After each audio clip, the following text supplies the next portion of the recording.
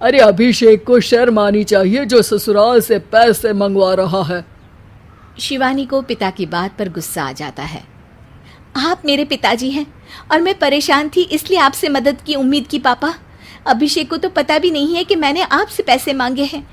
शिवानी सोचती है कि वो अभिषेक से बात करे, लेकिन फिर उसे लगता है कि वो टेंशन ले लेगा। तभी शिवानी की नज़र हाथ के कंगन पर पड़ती है। सीधे बाजार जाती है और उसे बेचकर ननद के घर ले जाने का सारा सामान लेकर आती है और सास के सामने रख देती है। हाँ ठीक है, लेकिन फल थोड़े और अच्छी क्वालिटी के होने चाहिए थे। शिवानी कुछ नहीं कहती, वहां से चली जाती है। एक दिन शिवानी, रीना का फोन आया था, बहुत रो रही थी। क्यों माँ, क्या हुआ? सब ठीक तो है ना उसके ससुराल में? अरे तूने तो उसकी नाक ही कटवा दी। अब मैंने क्या कर दिया माँ?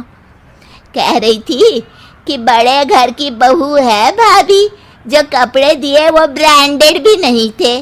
तू तो जानती है ना उन लोगों का पहनावा कितना अच्छा है। तू तो मेरी बेटी का भला कभी सोचती नहीं। हाय भगवान, अरे बड़े घर की बहू है इसी बात की जलन है ना तुझे, लेकिन याद रख मेरी बेटी का सोचने के लिए भगवान है। तुम लोग कभी उसका बुरा नहीं कर पाओगे। अब शिवानी के मन में सवाल था कि क्या ईश्वर सिर्फ रीना के साथ है, उसके साथ नहीं? लेकिन उसे सुकून था कि वो अभिषेक के साथ उसकी जिम्मेदारियों को निभाने में बराबरी की हकदार है। शिवानी वहां से चली जाती है। वो सास से कुछ नहीं कहती, क्योंकि अमीर घर की बहू बनकर रीना को भले ही सुकून ना हो, लेकिन गरीब घर की बहू बनकर शिवानी खुश है, क्योंकि खुशी पैसों से नहीं परिस्थितियों पर निर्भर करती है।